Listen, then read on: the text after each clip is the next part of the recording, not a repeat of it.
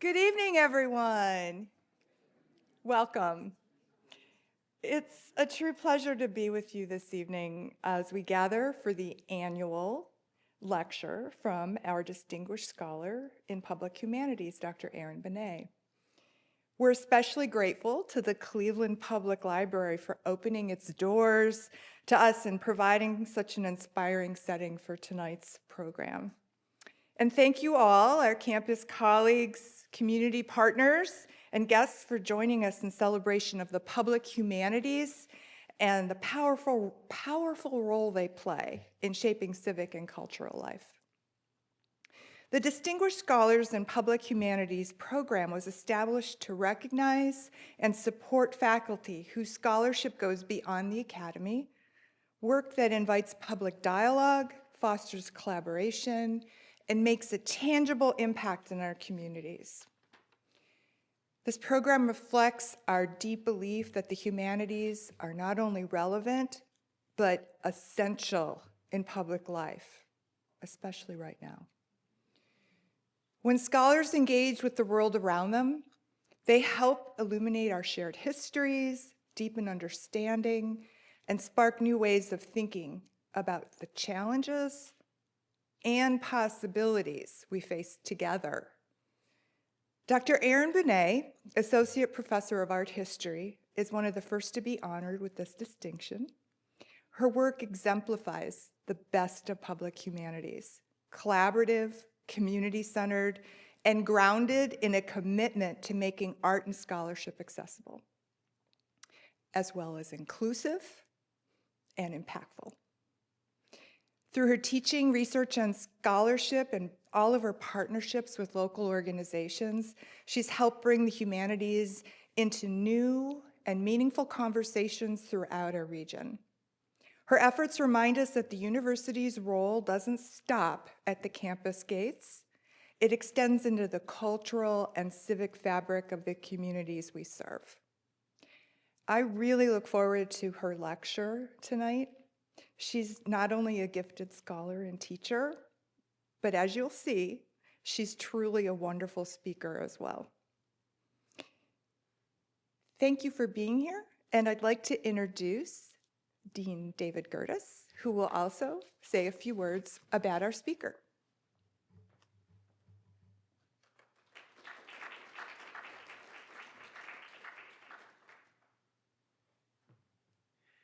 Thank you, Lee, and good evening, everybody.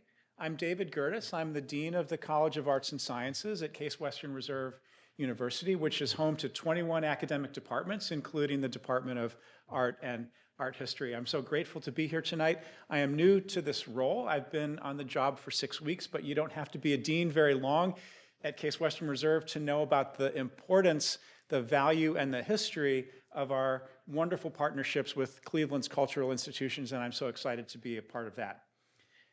This program tonight reflects what we value deeply in the College of Arts and Sciences, the power of the humanities to shape public life, inform civic dialogue, and inspire creativity across communities. The arts and humanities are not just academic disciplines, they're essential to understanding the world, building empathy, and making meaningful change. We're proud to support this initiative and are thrilled to see it come to life tonight. Tonight's speaker, Professor Erin Benet, embodies the spirit of the public humanities. An award-winning teacher and scholar of early modern art, she explores the life of objects, how they move through time and space, and how they help generate belief, knowledge, and community. Her deep commitment to community-based work has led to powerful collaborations with nonprofits across Cleveland, including Land Studio, the Sculpture Center, and Zygote Press. Her current work, featured in her lecture tonight, sheds light on a lesser-known yet vital aspect of Cleveland's cultural history, the role of Karamu House in the Black arts movement. We're especially excited that Erin has co-curated a special exhibition on this work that's currently on view at the Cleveland Museum of Art, which I had the pleasure of viewing with my family just the other week, and will be on display through August 17th. So please join me now in welcoming our inaugural Distinguished Scholar in the Public Humanities, Professor Erin Benet, as she presents her lecture From Prince to Power, Karamu House and the Black Art Movement in Cleveland. Erin?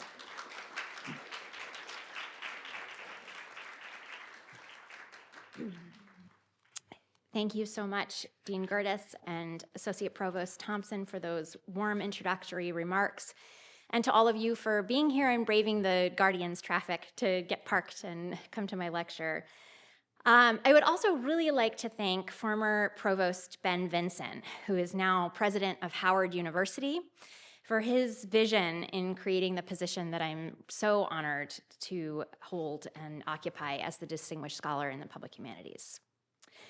The talk that I will give this evening is the culmination, as Dean Gertis just said, of research and programming associated with Karamu Artists, Inc., Printmaking, Race, and Community, a show that I co-curated with Brittany Salisbury, who is the curator of prints and drawings at the Cleveland Museum of Art, and who could not be here this evening, but it was a great joy to work on this project with her. The show is currently on view, and I encourage everyone to visit. The CMA is always free and open to the public. As many of you may know, the public humanities seek to broaden access to humanistic knowledge through engaged, participatory, and collaborative projects. Crucial to this work is the belief that we learn best when we talk less and listen more, which is ironic because I'm standing at a podium. But nevertheless, practicing a more engaged art history for both faculty and students means acknowledging the implicitly hierarchical relationship between academic knowledge created in universities, museums, and archives, and the knowledge created in public sites of community service and cultural production, like this very library. By emphasizing partnerships with a wide variety of organizations and nonprofits, this type of engaged art history can be used as a tool to bring greater communal access to art and literature. To prove this point, this evening I will focus on the work I have done over the past few years, which has involved a network of partners at Cleveland Public Library, Karamu House, Zygote Press, Third Space Action Lab, and finally, the Cleveland Museum of Art. The art historical subject of my talk, as the title indicates, centers on the graphic arts produced in and around Karamu House during the later 1960s and 80s, and the art collecting culture they helped to foster. But, as I hope you will see, the actual content of this lecture expands well beyond the conventional parameters of art history and considers instead what it means to collaborate with communities and to amplify diverse voices. Initially founded as a settlement house in 1915 by two white sociologists, Russell and Rowena Jelliffe, Karamu House quickly became an important community art center in Cleveland's Roaring Third. In addition to the famed theater troupe, the Gilpin Players, a number of visual artists working in painting and printmaking came out of the community programs fostered by Karamu, including Charles Soleil, William E. Smith, Huey Lee Smith, and Zell Ingram. Perhaps even more significantly, these prints and the workings of the Karamu print shop, market, and gallery offer understudied evidence of what was by the 1970s one of the most important destinations for Black artists traveling across the United States. During the 1930s, the Works Progress Administration opened 5 federally funded print shops across the country as a way of fostering job growth in the arts economy and to democratize access to art for everybody. Many of the Karamu artists made prints for the WPA during this period, including Huey Lee Smith and Charles Soleil, who likely learned the techniques of etching and lithography at the WPA-sponsored studio.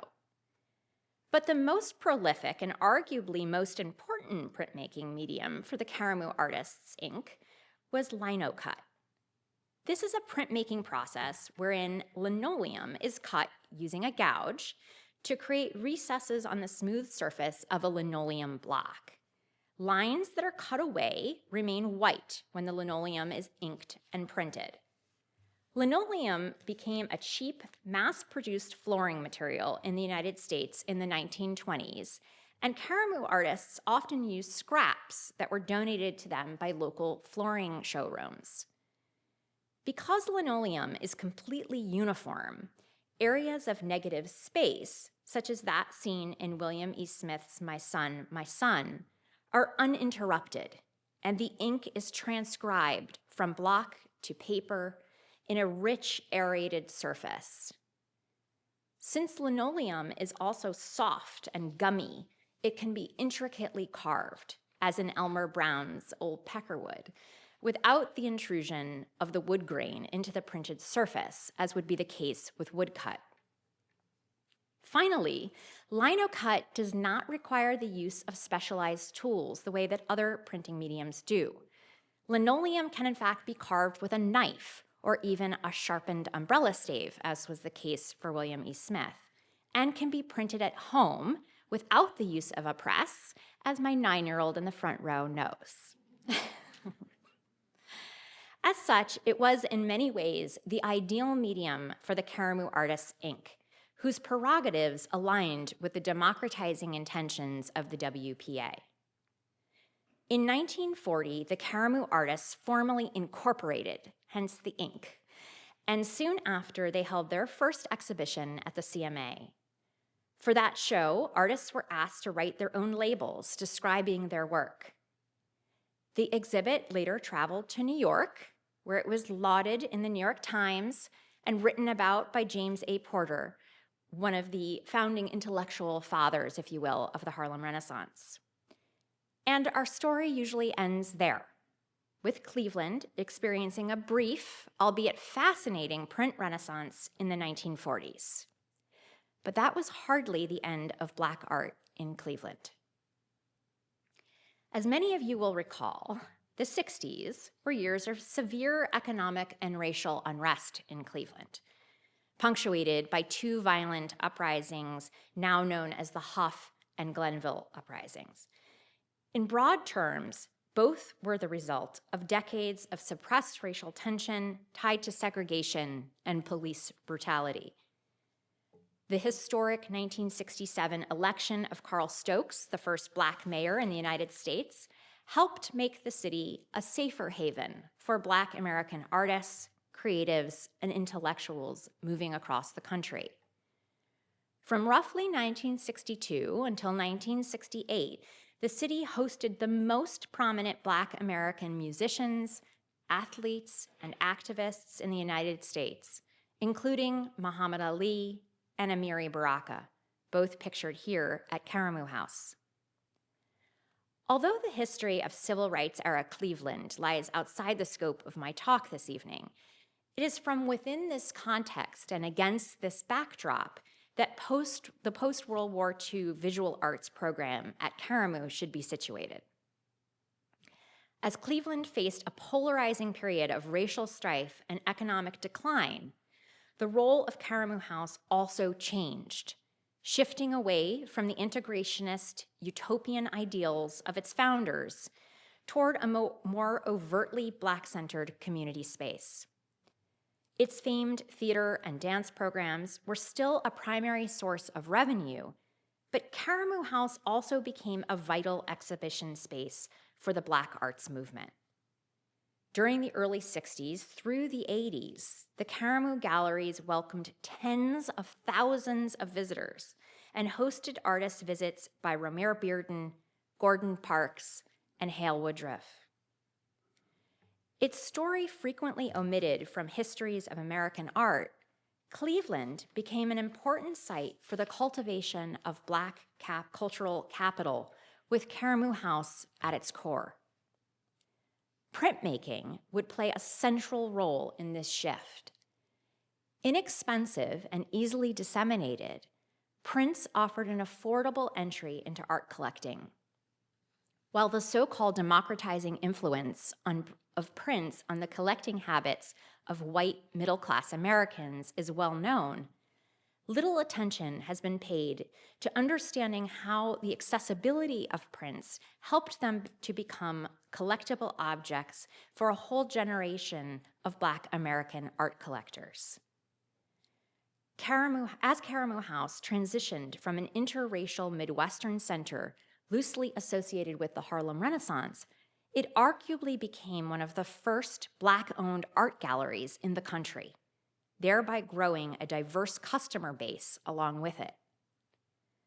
Over the next 2 decades, Karamu would host dozens of exhibitions, artist talks, workshops, and symposia, all of which centered Black American art. It was a place where young Black artists saw others who, quote, looked like them, end quote, according to artist and master printer Curly Raven Holton. Led by director Kenneth Snipes, Karamu House of the 60s and 70s became the artistic home of a new generation of artists, among them Holton, Nelson Stevens, and Michael D. Harris. These artists benefited from the professional infrastructure established by the Karamu Artists Incorporated. As Huey Lee Smith recognized in an article published in a 1964 issue of Negro History Bulletin, formidable obstacles helped Black artists impeded Black artists from achieving success. In addition to experiencing economic inequity, Lee Smith asserted that, quote, the Negro artist is painfully familiar with the ever-present necessity of finding adequate patronage. In its efforts to emulate the white middle class in the acquisition of status symbols, the Negro middle class has completely overlooked the importance of art, end quote. Karamu House actively combated this lack of notice by selling the work of young and emerging artists.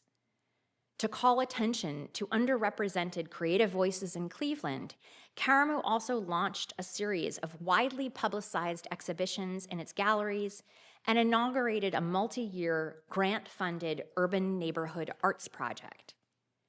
Together, these efforts made Karamu House a bastion of Black artistic productivity. In 1969, for example, the Karamu House Women's Committee mounted the first major local exhibition to focus on Black artists' printmaking. Black Printmaker 69 brought the work of 25 nationally recognized artists from 11 states to Cleveland. In a letter to a gallery manager, Snipes remarked, quote, Karamu House continues to stimulate interest in the virtually untapped reservoir of Negro creativity as a means of building racial understanding, end quote. The goal of the exhibition, according to Karamu Arts Coordinator Elmer Turner, was to acquaint the sensitive and concerned public of Cleveland with the dramatic and unique work being done by Black artists of the United States. The exhibition proved to be highly successful in this. More than 400 people packed the Karamu galleries on opening night. Jacob Lawrence was likely one of the best-known artists in the exhibition. In the weeks following the Cleveland show, both the African-American newspaper, the Call and Post, and the Plain Dealer noted that the exhibition had been an astounding success. Each paper commented on the high sales of prints from Karamu's adjacent Bokhari, Swahili for market. Karamu House did not separate the display of art from its purchase. Black Printmaker 69 marked a crucial turning point in the history of Black art by emphasizing the role of printmakers and featuring the work of artists like Jacob Lawrence, whose styles were aligned with an emerging abstraction in American art more generally. During the next decade, Karamu hosted numerous shows in its galleries, many of which highlighted the work of Black printmakers. The institution held at least 10 separate shows that I have found. There might be more. Each included nationally recognized and local artists, and many included or focused exclusively on prints. This exhibition program seems to have culminated in the 1980 show Prints by 8, which emphasized prints by some of the most talented Cleveland artists, according to the Call and Post. Less than a year later, Karamu hosted a Black History Month exhibition that proudly displayed and sold the work of renowned artists Elizabeth Catlett, Romare Bearden, and Charles White. among other prominent Black American printmakers. In 1964, Karamu redoubled its efforts to promote the graphic arts division. In a proposal for funding, Snipes argued that, quote, the growth of printmaking in America and the springing up of experimental print centers around the country suggests that an experimental graphic studio in the Karamu complex would meet significant needs in terms of the local art community, the growing national interest in printmaking, and the greater cultural needs of the public, end quote. By revitalizing the place of printmaking at Karamu House, Snipes apparently hoped to summon its storied past as the locus for Black printmakers of the 30s and 40s, and to connect such efforts with broader moves toward community-based arts development. He wrote that the project saw cultural arts methods as a way to, quote, navigate and deal with life problems caused by racial unrest. Through this program, he declared in a press release, the Black community will become host to the entire community, end quote. The Karamu galleries would serve a significant role in providing exhibition and sales opportunities for professional and amateur artists alike, including Cleveland native Nelson Stevens, who began teaching and showing his work at Karamu during these years, along with other politically motivated printmakers like Hal Workman and Curly Raven Holton. Although Stevens would later be known as a founding member of AfriCobra, he gave regular gallery talks at Karamu House, noting the emergence of Black art as an expression of our times and urging Clevelanders to, quote, create positive life images for positive Black folks, end quote. Stevens directed Black Americans to unlearn art history with its lack of appreciation for African and Egyptian art. He promoted an Afrocentricity that would elevate and encourage Black Americans. In his own work, the artist used prismatic swatches of acidic color and abstracted stenciling and lettering, a vibrating form of Black abstraction. With the plays of Amiri Baraka being performed on its main stage and visiting artist talks by Stevens, Bearden, Parks, and others, Karamu House became, according to Holton, a community center on par with Chicago. If you came to Cleveland in the 1970s and you were a Black professional, you came to Karamu House. Karamu wasn't just a showcase, it fostered patronage for and collecting of Black artists. Prints became an indispensable apparatus through which Holton, Stevens, Harris, and members of AfriCobra disseminated positive images intended to foster Black power and motivate social action. Graphic media more generally, including lithography and screen print, would be integral to the civil rights activist art movement. As a part-time undergraduate student at CIA, Cleveland Institute of Art, Holton, who would go on to found the prestigious Experimental Printmaking Institute at Lafayette College, made his first print, a lithograph, at a meeting of the Cleveland chapter of the Africa National Convention. A pastiche of Xerox transfers, white terms, depicts a bustling crowd of faces below a row of raised arms. Dislodged from the masses below, these disembodied arms represent, according to Holton, quote, Blacks reaching for freedom and whites pushing them down, end quote. Sharp white lines etched into the lithographic stone with an X-Acto knife conjure a menacing barbed wire fence. The fence barricades both the densely packed protesters and the compositional space of Black activism. For Holton, printmaking became the perfect method of conveying his artistic and political philosophies.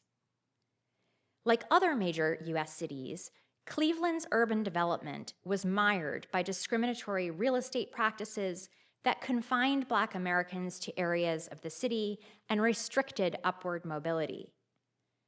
By the 1960s, however, Black upper-middle-class professionals like Holton had begun to move into inner-ring suburbs such as Cleveland and Shaker Heights. Cognizant of an increasing population of Black Clevelanders with disposable income, Holton and others made moves to promote the idea of print collecting, first initiated by Karamu House. Holton, for example, curated displays of prints for the homes of prominent collectors. He also brought prints to the after-parties of the Black Professional Association. These efforts helped foster a Black art market in Cleveland at a time when the predominantly white cultural institutions of the city were still unofficially segregated. Also crucial to this expansion were the formation of the Malcolm Brown Gallery in Shaker Heights in 1980 and the Renaissance Gallery in Cleveland Heights in 1981. Although institutionally distinct from Karamu House, both galleries owed their conceptual origins to it and paid back this metaphorical debt through print auctions set up to sponsor the community center. In a 1981 fine print auction co-hosted by the Karamu Gallery and the Renaissance Gallery, the work of prominent Black artists, past and present, were featured at once-in-a-lifetime prices, according to a pamphlet published along with the show, which you're seeing on the right. This instructional pamphlet reminded bidders that, quote, the discriminating buyer knows art is a thing of beauty and a worthwhile investment, end quote. Prints by Charles White, Elizabeth Catlett, and William Johnson sold for under $50 each. So you only have to do a Google search to realize what a good deal that is. As parts of what might be considered neighborhoods at the urban periphery, the Malcolm Brown and Renaissance galleries contributed to shaping city spaces that were the loci of Black middle-class social, economic, and political life. The 60s and 70s witnessed the opening of prestigious Black-owned galleries in LA and New York. The formation of these art spaces marked a distinct turn away from the integrationist campaigns to penetrate pre-existing arts institutions like museums and to instead construct Black middle and upper middle class identities through autonomous spaces of cultural consumption. The ownership of Black art by Black patrons also worked against the, quote, historic relational or spatial strategies that posited white subjectivity against Black objectification, with whites as the owners and Blacks as the owned, end quote. Much like Black home ownership, a well-documented marker of middle-class status, the possession of Black art likely signaled a desire to respond to and rectify legacies of marginalization in cities like Cleveland. With Karamu House acting as a sponsor, the Renaissance and Malcolm Brown galleries continued to foreground the work of nationally recognized Black printmakers. The establishment of a Black art scene in Cleveland was cemented when both Catlett and Bearden held exhibitions at the Malcolm Brown Gallery within just 2 years of its opening.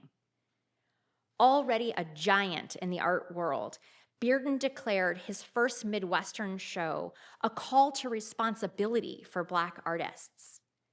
I think what is happening now and why I am showing here is that you have to respect first the Black entrepreneur, the Black gallery owner, and also the collector. After all, an artist does paint for someone, he told a Call and Post reporter. Black gallery owners should be respected just as their white counterparts are. Lowry Stokes Sims, then Associate Curator of Contemporary Art at the Metropolitan Museum of Art in New York, wrote the introductory essay for the Malcolm Brown Gallery Bearden exhibition. That Sims, one of the most historically significant scholar-curators of Black American art ever, wrote this text is indicative of the high regard she must have had for the Malcolm Brown Gallery. Ernestine Brown, co-owner and manager of the gallery, believed People must educate themselves about art by reading about it, going to exhibitions and museums, and talking about it with people more knowledgeable than themselves. When we have artist exhibitions, we ask the artists to give lectures in order to educate people of their work and the work of other Black artists. This is needed not only for those in our community, but especially for whites who are unfamiliar with the work of Black artists. It is an education for everyone. Brown asserted the multiracial benefit of Black art collecting while maintaining her commitment to carving out space for a Black clientele. The clients of Malcolm Brown and Renaissance galleries were almost exclusively middle or upper middle class African Americans in the greater Cleveland area. Arthur and Murtis Taylor, for example, were major clients of both galleries. The Taylors were leaders in the African American community, and as director of the Mount Pleasant Community Center, Murtis was also a force for interracial sociability and tolerance. Michael White, then city councilman and later the mayor of Cleveland, George Lawrence Forbes, a lawyer and president of city council, Sharon Williams, director of public affairs for a local TV station at the time, and Cosmo Morgan, son of the late Cleveland inventor Garrett Morgan, were among Holton's important patrons. At Malcolm Brown Gallery, Betty and Arnold Pinckney and Charles Perry of Pinckney and Perry Insurance, and Dr. Otis Moss Jr. and Edwina Moss, longtime friends of Martin Luther King Jr. and CMA board members, frequently attended openings. Regular gallery openings, lectures, and events ensured that Ernestine Brown's educational goals were being met and that an informed class of African American connoisseurs were fostered. In 1984, the Malcolm Brown Gallery brought Huey Lee Smith back to the city for the first time in nearly 35 years.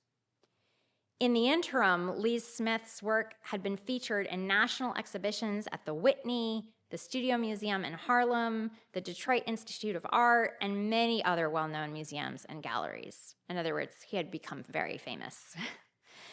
At Malcolm Brown, he was represented by several examples of the poignant, surrealistic scenes of urban life for which he had become known, most with eerily floating balloons, patched brickwork, and searing blue skies. A retrospective of Lee Smith's work at Malcolm Brown occasioned an important opportunity to celebrate his beginnings at Karamu House.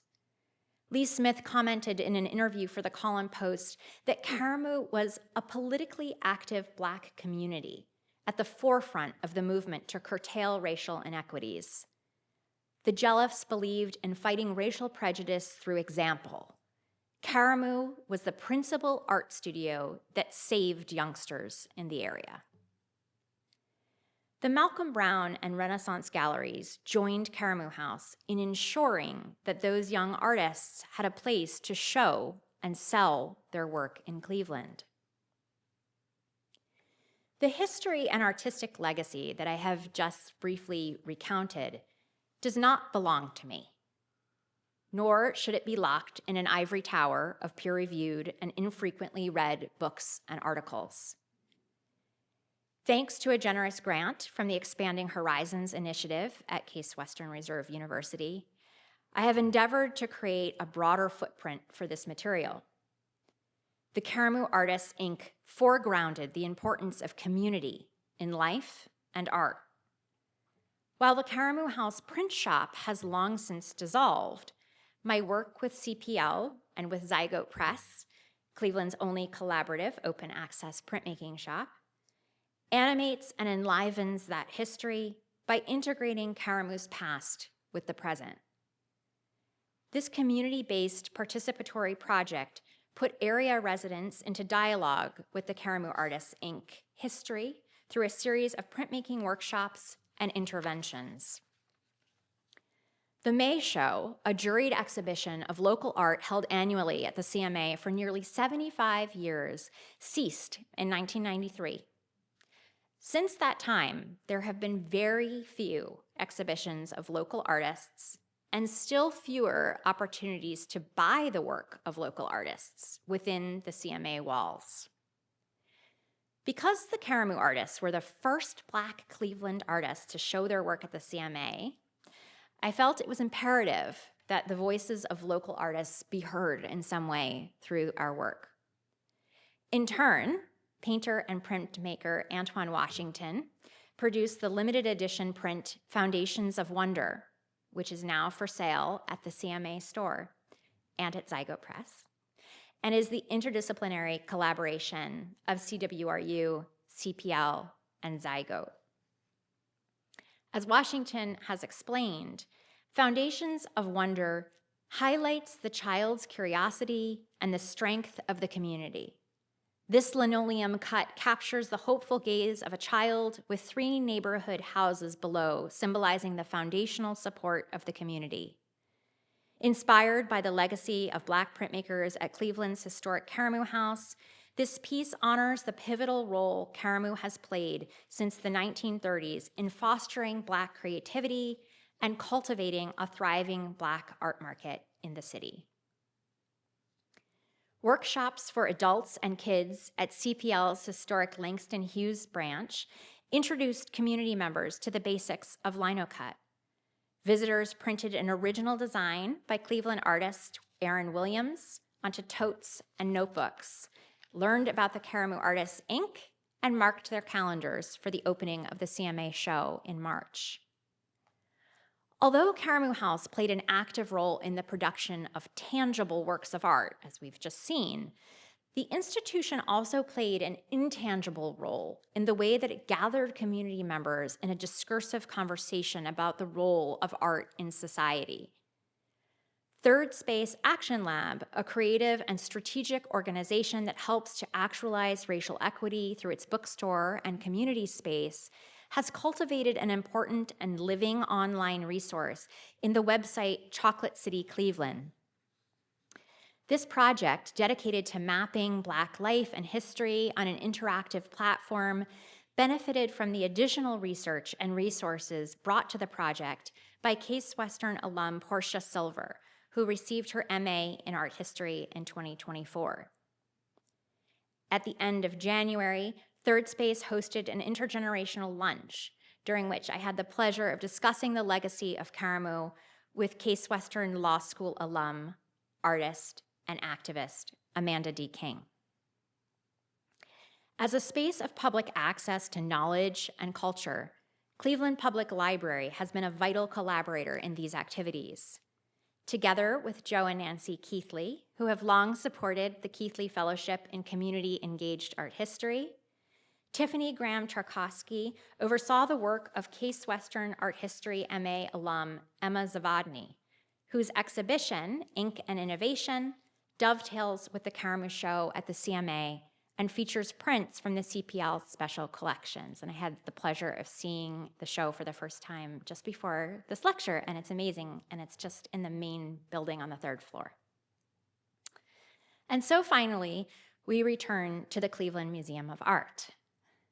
All museum exhibitions are inherently collaborative enterprises, but for this particular show, we were especially attentive to this priority. We co-taught a graduate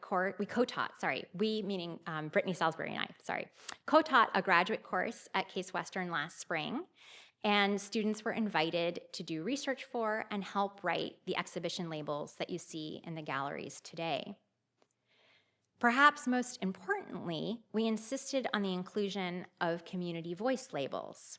Overseen by the interpretation team at the CMA, Stephanie Foster and Rachel Artswega, these labels incorporate interviews with Cleveland residents whose perspectives are in turn represented on the walls of the gallery space. Tony Sias, the current director of Karamu House, Rhonda Brown, senior strategist for arts and culture for the city of Cleveland, and Antoine Washington are among those whose curatorial voices are included along with our own. Today, Karamu House remains a critical node in a constellation of Black Midwestern artistic centers with rich print traditions. Working in collaboration with Zygote Press, Karamu House provides space for the sale of Black artists' work in its gallery and gift shop. Contemporary Cleveland artists like Amanda King, Dexter Davis, and Darius Stewart have expanded their artistic training and exhibition practices by making and showing their printed work at Karamu. Although the Malcolm Brown and Renaissance galleries closed long ago, other Cleveland art spaces have risen to meet the demand for art by Black creators. Both the Black-owned Framed Gallery and Deep Roots Experience opened in 2019. Founded by curators Deidre McPherson and Taya Spittle in 2022, Gallery 2602 is a converted Cleveland Heights house that supports Black and Brown creatives. A recent exhibition of paintings by Antoine Washington at Gallery 2602 was in fact accompanied by the sale of a limited edition screen print, Juneteenth, made in consultation with Zygote Press. Displayed among the domestic trappings of a home interior, Washington's paintings and their exhibition in this hybrid space evoke vernacular curatorial practices long associated with the display of art in Black family homes. As LaTanya Autry points out, such an exhibition, quote, demonstrates that patrons can find ways to support arts and culture initiatives grounded in caring about Black people. Counter-hegemonic projects like this one show that other trajectories for making and funding aesthetic experiences exist, end quote. In Cleveland, such trajectories arguably began with Karamu House and continue in the form of an enduring visual art tradition and thriving Black art market in Cleveland. Thank you.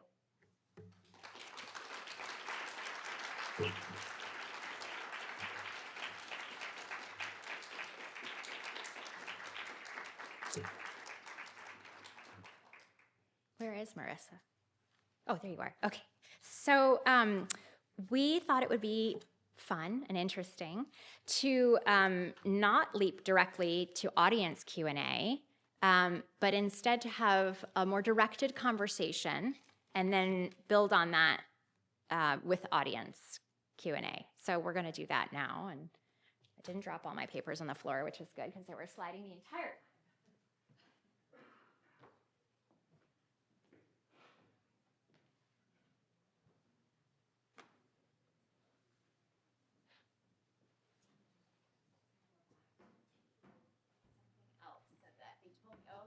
how's that? Is that good? Okay. You told me it had to be dark behind us. Well,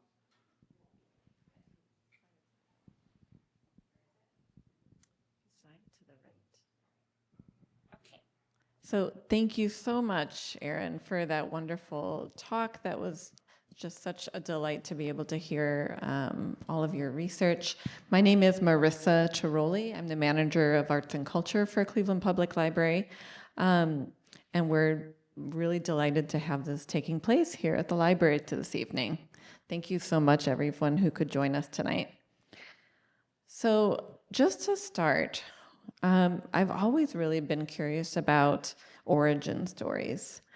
Can you share where the spark for this came from, for this research and in curating the exhibition at the Cleveland Museum of Art? Sure, I would be happy to.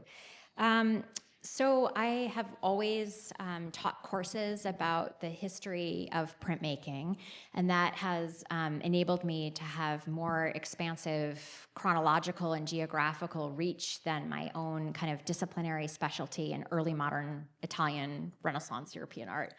And I was already working with Zygote Press on a collaborative project called Pressing Matters that brings printmaking, self-advocacy, and public humanities projects to area teens. And I became really interested in the history of printmaking in Cleveland.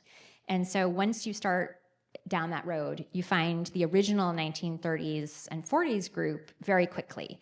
And I was really shocked to find that there was really only one scholarly article about the Karamu Artists, Inc., and that it was by Mark Cole, who is a curator of American art at the CMA. It's a wonderful article, but I was like, just the one? Brittany Salisbury and I started talking about it, and she was also simultaneously had been working toward acquiring more prints for that part of the print collection at the CMA. And so we sort of merged our interests and pursued the project together from that point forward. It's such a wonderful, like, organic process and kind of evolution, the way that happened. Having been born in Cleveland myself, I love knowing where we fit into broader cultural conversations. I wonder if you could share a little bit about how your research connects or maybe overlaps with other cities. Is Cleveland unique with this regard, or were there other printmaking centers developing around the country? Yeah, that's a great question. I am not a Cleveland native, though I have become very dedicated and committed to the city. So in this history, it's interesting because in some ways, what's happening in Cleveland in the WPA era, and even in this later history that I just recounted in the 60s and 70s, it's exactly in line with and in keeping with other major cities. So Philadelphia, Chicago, New York are also experiencing very similar moves to center Black art making, to create community centers that are driven by printmaking. But what's, I think, really different about Cleveland and what makes the history sort of unique is that those community art centers like Southside in Chicago or the Harlem Community Art Center in New York, they were really grassroots organizations that received federal funding. And Karamu House did not. It was not a federally funded community arts center. It didn't originate in the same way. And I think, therefore, its approach to its status as a place that could sell art and could create a profit-generating line of revenue for artists was quite different from what was going on in other community art spaces. And so they were really very interested in professionalization. And this came out also of the theater programs, because of course, Karamu House is first and foremost a theater, and had this incredible troupe of performers, and Langston Hughes was there, and it's this amazing center. And I think that was all intended to professionalize Black actors and make them, equip them with the tools that they needed to succeed nationally and internationally. And so a similar ethos was applied to visual arts, and that was totally missing in other cities. That's really, that brings me actually very well to my next question. Many of the artists that you discussed, Holton, Stevens, others, you just mentioned some of them, also really sought to achieve recognition as artists and for their work, all while staying very connected to the community. And I wonder if you think these artists' efforts to balance their own aspirations while maintaining that community connection might have applications for art historians and how they practice a more engaged art history that you spoke of at the beginning of your talk. Yeah, that's a wonderful question. Far be it for me to think of myself as like in a historic lineage with any of the people that I was just talking about. But I do think that building a more engaged art history, practicing a more publicly engaged humanities means working with communities and seeing the value of the work that we do as not just being sort of self-serving and for other scholars and for our own purposes internally, and that we actually turn outward and ask what might be useful in the communities that we live and work in, and what they want from us and our knowledge. And I think that when we start to ask those questions, we get very different answers about what they would like, and what they would like is not necessarily a peer-reviewed monograph. It's surprisingly, right? And so I think if we're going to be open to that sensibility, open to working with other kinds of experts outside of the academy, then we have to be open to rethinking the formats that our scholarship takes. Thank you. Any thoughts about how you think public libraries and universities might be able to collaborate more in the future and bridge this gap that Yeah. you're talking about? Yes, I have lots of thoughts on that. Well, I think that one of the most productive ways to bridge that gap is to teach our students, of whom there are many in the audience, thank you guys, to think of public libraries as a source of research, as a source of professional opportunities, frankly, because I think we sort of think of like the museum. The museum is the only place for an art historian. But public libraries are places for art historians. And Emma Zavadny's exhibition is a case in point. And this summer, Madeline Fox, who's also here in the audience, will also be a Keith Lee Fellow in Community Engaged Art History here at Cleveland Public Library in your department. So I think these are really vital ways to continue this kind of collaborative work and to think creatively about what we know and who we tell that stuff to, who we give our knowledge to, how we have conversations with the public, and what we learn from those members of the public. Yeah, thank you. I completely agree. Bringing history into the present as well. One more question, and then we'll open it up to the audience. You had a great slide in the beginning of the exhibition at the CMA, and I was reminded, seeing that, of the color of the walls, and I think you have a fun story about It's how the that same came to be. color. I do. I'm so glad you remembered to ask. Hold on, let's see if we can get back to, yeah, there we go. It's not showing up quite as well as I'd like, but yes, the color of the walls was an idea that was presented in our course, and Brittany Salisbury and I co-taught this graduate seminar. And I think the only person in that class that's here is Megan, right? I think you're the only, yeah. And the students in the course suggested that we look to see what the Pantone color of the year was for 1940. And in fact, it's rumba red.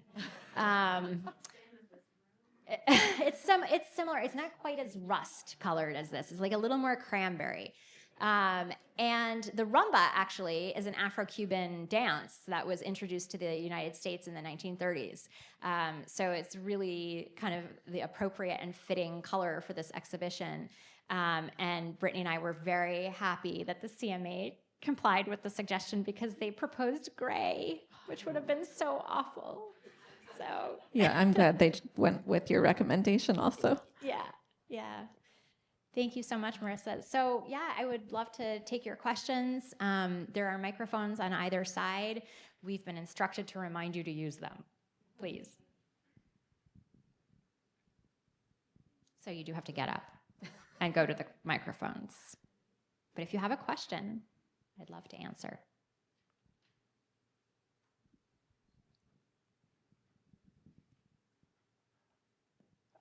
Hi. I'm trying to, I noticed that none of the printmakers were protest or during the 60s and 70s when there were high protests in this area, Yeah. that none of those images that I saw in the exhibit suggested that. Did you find many of those prints, and then does Karamu have that in their collection as well? That is a great question, and that's what I wanted to find. I wanted to find, when I started this research, that there was a rich tradition of activist art in Cleveland, that Karamu transitioned from this hub of American scene printmaking that you saw in the exhibition today toward screen printing for civil rights posters. No evidence whatsoever to suggest that happened. So interestingly, I don't think so. Nelson Stevens has passed away, so I can't ask him. But even his work, I showed a few things. I don't know, I guess I could flip back. I showed a few works by him. But his sort of Afro-Cobra era stuff is maybe not what you're really thinking of. we're going to get to it eventually. There we go.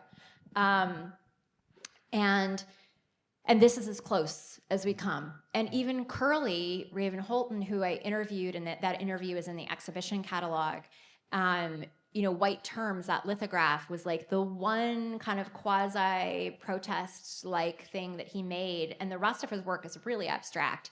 So no, isn't that interesting? Not at all. There were no printmakers even outside of that connection, like just freelance in this area that were making print or doing a similar style of expression. There might have been. Okay. So Kent State, Cleveland Institute of Art, and maybe there was one more. Maybe there was a third, and I can't, maybe CSU, all developed printmaking majors in this exact same moment.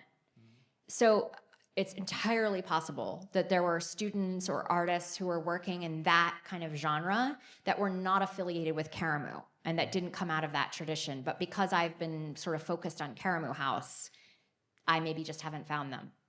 One last piece. So Sure, go ahead. even of the contemporary artists, Yeah. are any of those artists presenting art that is protest or speaking truth to power at this moment?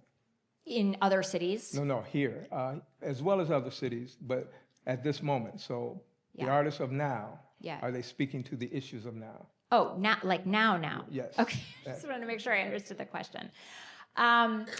So Karamu House, so just to be clear, and so I don't confuse anyone, Karamu House no longer has a visual arts program. They just have a performing arts program. So any artists, contemporary artists in Cleveland who are making prints or making work related to these topics are not doing so through Karamu House as a graphic arts studio. They may show their work there, but they're not making work there. So I don't think that it's hard to know exactly what you're imagining visually, what you want to see in this speaking truth to power idea. But in my conversation, for instance, with Amanda D. King, who is a contemporary artist in Cleveland, I think that she sees her printed work very much as being about that issue. But it's not in the sort of civil rights era style of, poster art at all. Okay, thank you. Yeah, thank you so much.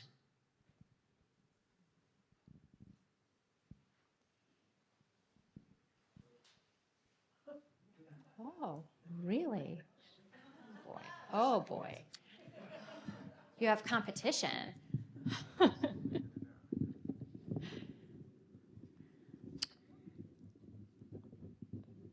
I'm gonna let you go. Why is it called Karamu House? Oh, that's a good question, Ben. Very good.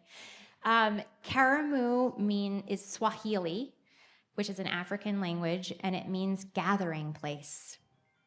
And so it was thought to be a word that really embodied the vibe and energy of a place that was meant to bring people together. I see. Thank you. You're welcome. My question, what was the name of the exhibition that the women's group at Karamu put on in 1969? It was called Black Printmakers 69. Okay. Not my favorite title for a show, but yeah, that's what it was called. And where did you source those photos from? Which ones? The ones that depicted the art that was in the show. In the show. Mm-hmm. So what we have I can go back and, all right, close your eyes if you don't like a lot of images flashing across. There we go. This is what you're talking about. Mm-hmm. So the one on the left is a booklet that is in Western Reserve Historical Society. And if you talk to me after, I can give you the manuscript and box number and all of that, which I should have put on the slide. And that's the both the sort of publicity material that was given at the exhibition, and it also includes a checklist of all the works in the show, the prints that were for sale, and the artists, and so on. And then I painstakingly went through and tried to track down, if not that exact example of the work that was shown, that was listed. It was just a list, no pictures. or a kind of representative example of a print by that artist.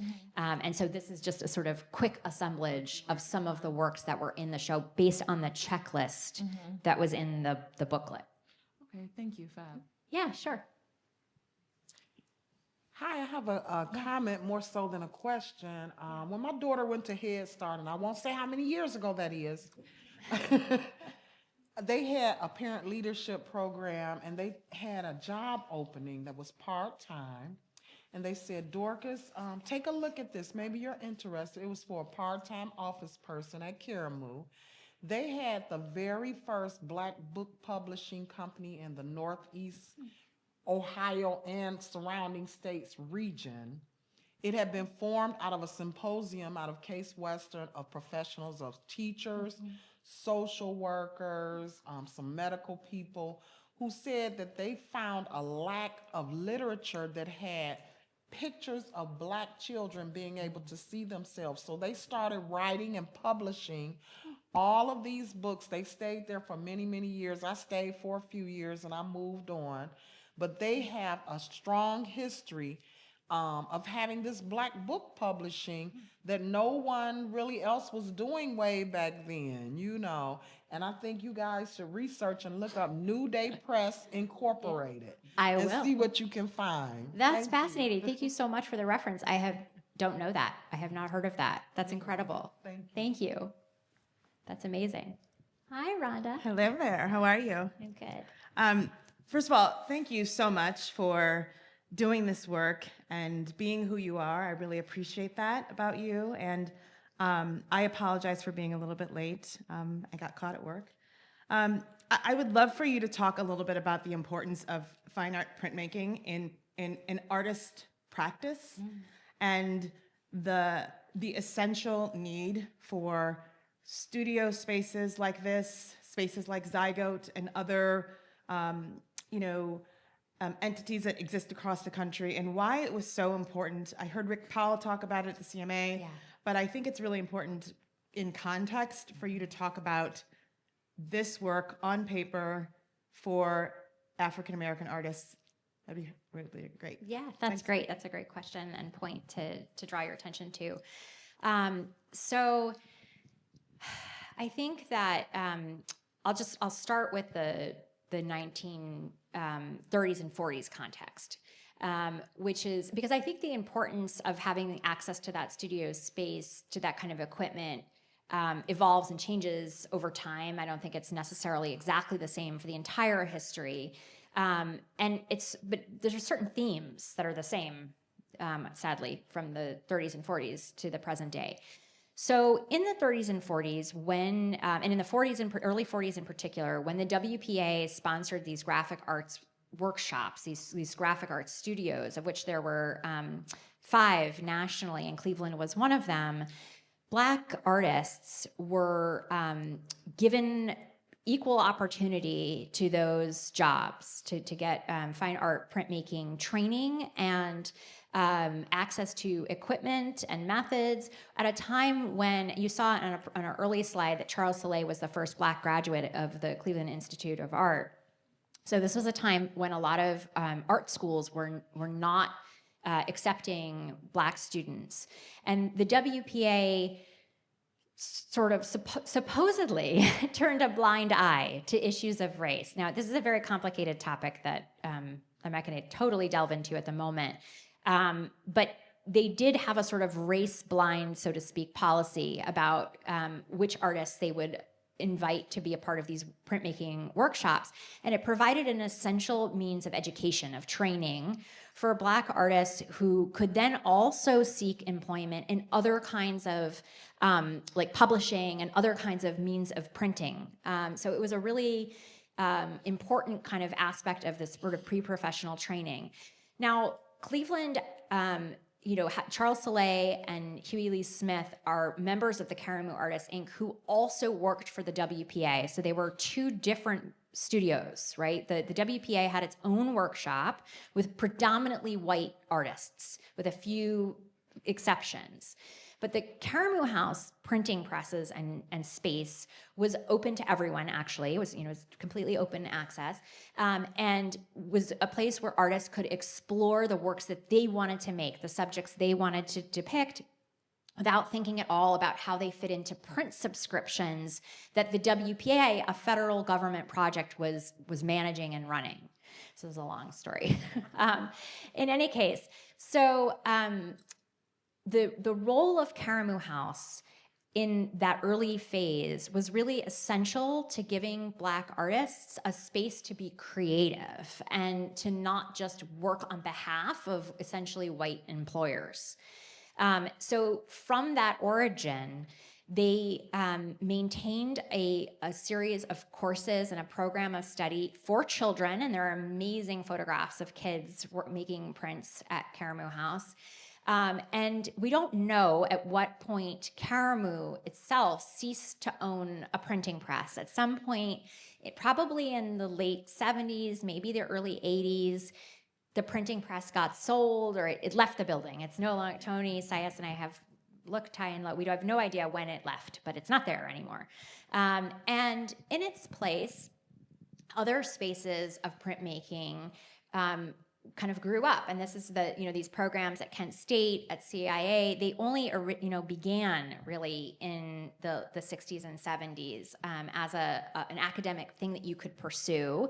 And then simultaneously, Karamu House, and I'm gesturing toward the director of Karamu House who's here, Jackie Feldman, that organization. Zygo. I'm sorry, I don't know what I just said. Sorry, Zygo. Thank you. Was founded in the 90s, right? In the 96, yeah. And so Zygo makes accessible these really specialized types of equipment and materials that are very hard to access at home. You can't really make a print edition the way that Antoine Washington has done without the help of a master printer like Michael Whitehead, who is also here, or a full working print shop. And so accessibility to those resources is really important, and also put some of the Black artists that I just discussed into a much longer trajectory of fine art printmaking. I don't know if I could go on and on and on, so I'm gonna stop there. It's a great question. Thank you, Rhonda. Yes, Anna? Thank you so much for this talk. It was wonderful. I was curious, you talked about the Karamu House is primarily known for its theater work, and so I was wondering if you saw any kind of conversations between the print medium and the theater work, if there was collaboration directly or maybe subject matter-wise, like imagery-wise. Yes, thank you. That's so wonderful. There was a lot of interaction, and there was from the 1930s all the way through. So in the exhibition, when you go see it at the CMA, you'll see that there are a number of playbills on view, and those playbills are all lino cuts. Most of them were made by Zell Ingram and Elmer Brown.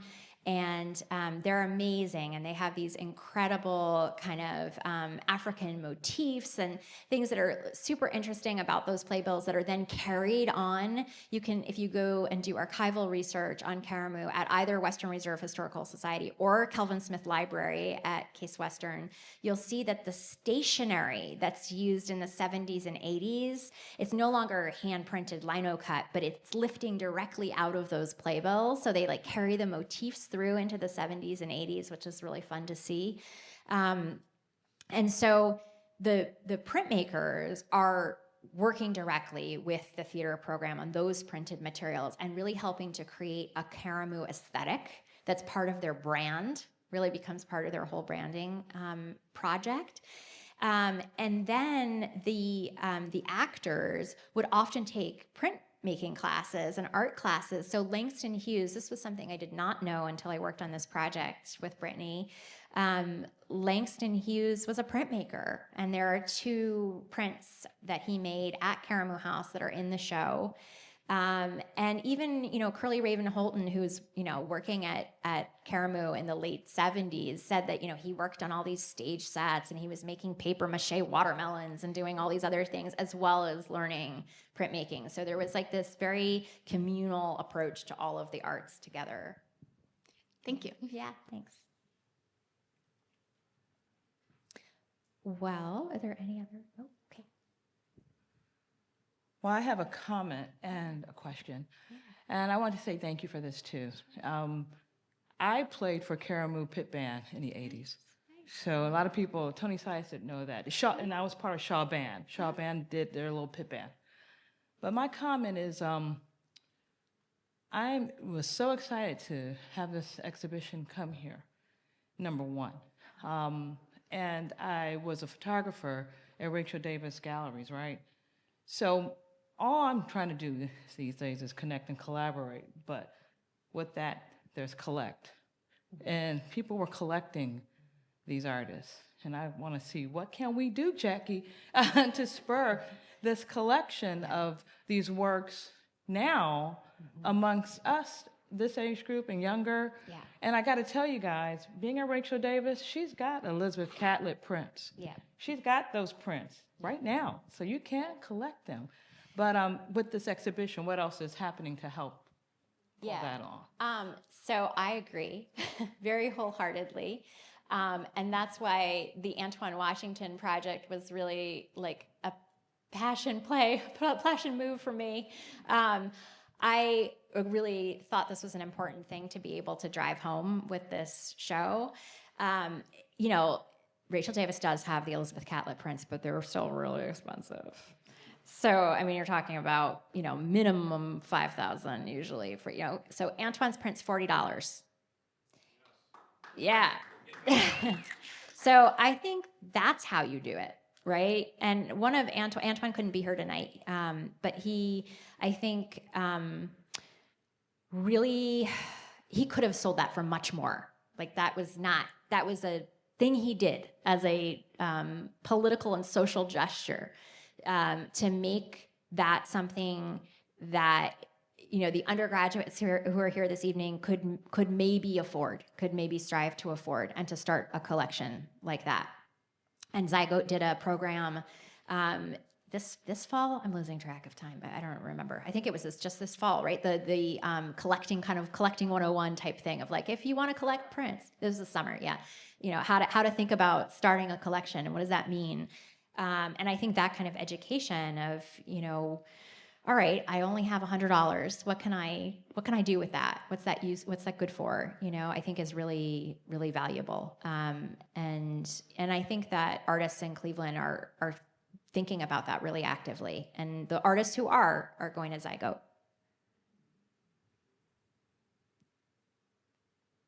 Okay. Well, with that, we have a wonderful reception waiting, I'm told. We do.